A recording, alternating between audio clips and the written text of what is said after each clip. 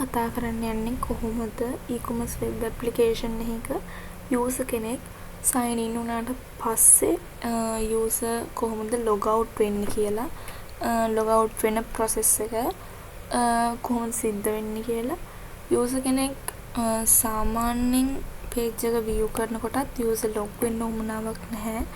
user log වුණාට පස්සේ user home page එකේ පෙන්නන user log කළා කියලා. නමුත් user log out වෙන්න අවශ්‍යයි නම් අපි ඒක කොහොමද වෙන්නේ කියලා බලමු. මුලින්ම මම user register වෙලා ඉන්නවා. මෙතනදී අපි remember me එකක් දාලා අපේ කලින් තිබ්බ email එක ඒ වගේම password එක මොකද අපි කලින් remember me එකක් දාලා තිබුණා. ඒක නිසා session එකේ email password save වෙනවා. ඒ save වෙච්ච email password මෙතනදී වැටෙන නිසා අපි sign in වෙමු.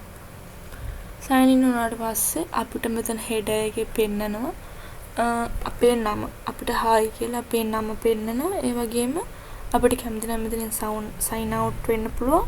ඒ වගේම help and contact panel එක පෙන්නනවා. මෙතනදී අපි user log වෙලා ඉන්නේ. hi John කියන user ගේ first name එක user log වෙලා ඉන්නේ.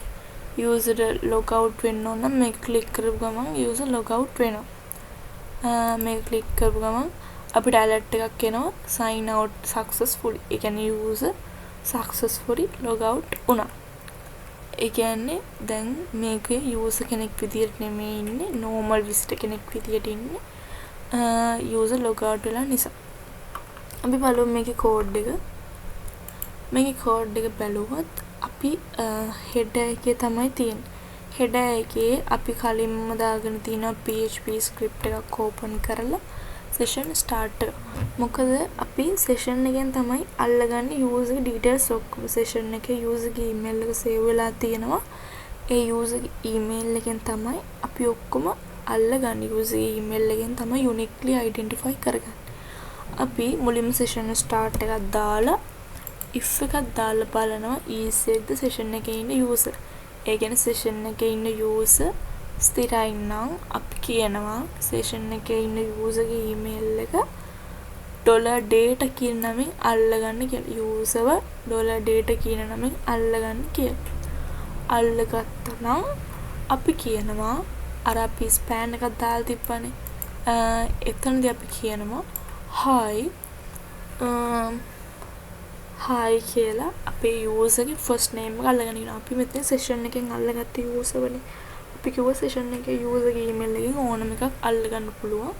user ගේ email එකට ගිහිල්ලා ඒකෙන් තමයි first name එක අරන් තියෙන්නේ. ඊට පස්සේ අපිට පෙන්නනවා sign out කියන option එක. ඒ option එකේදී අපි මෙතන on click එකක් දාලා තියෙනවා. ඒ on click එක අපි JavaScript එකෙන් on කරායින් පස්සේ අපි කිසිම variable එකක් අල්ලගෙන නැහැ. නමුත් අපි variable එකක් හදනවා request කියලා. ඒකෙන් අපි අලුත් XML request එකක් හදලා ඒක ඇතුළතදී අපි බලනවා request එකේ ready state එක 4ට සමානද සහ status එක 200ට සමාන. 200ට සමානයි නම් අපි කියනවා response test එක alert කරන්න කියලා. ඊට පස්සේ අපි මේක අරන් යනවා අපේ sign out process එකට. sign out process එකට ගියන් පස්සේ අපි PHP script එක open කරලා ඔක්කොම කලින් session එකක් start කරනවා. session එකක් start කරනවා කියන්නේ අපි user ගේ details ගන්නවා කියන එක. අපි user ගේ details ගන්න පුළුවන්, email password ගන්න පුළුවන්. අපි මෙතනදී session එකක් start කරලා මුලින්ම if එකක් දාලා බලනවා session එකේ ඉන්නවද කියලා user. session එකේ user ඉන්නවා නම් අපි කියනවා session එක user null ඒ කියන්නේ දැන් අපි sign out process එකට යන්නේ. session එකේ user කෙනෙක් ඉන්නවනම් අපි කියනවා user අයින් කරන්න. ඒ කියන්නේ user delete කරන්න, destroy කරන්න. ඊට පස්සේ අපි alert එකක් දානවා success කියලා. ඒ වැඩේ success නම් අපි මේ success කියන echo එක අරගෙන අපේ script එකට ගිහිල්ලා ඒ success එක paste කරනවා. ඒ success එක response එකට සමානයි නම්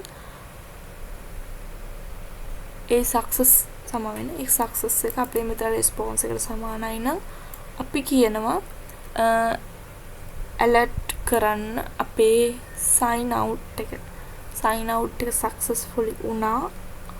අපි කියන alert කරන්න කියලා. alert කරාට පස්සේ අපි කියනවා location එක reload කරන්න. ඒ කියන්නේ අපි ඉන්න home page එකේ home page එක reload කරන්න.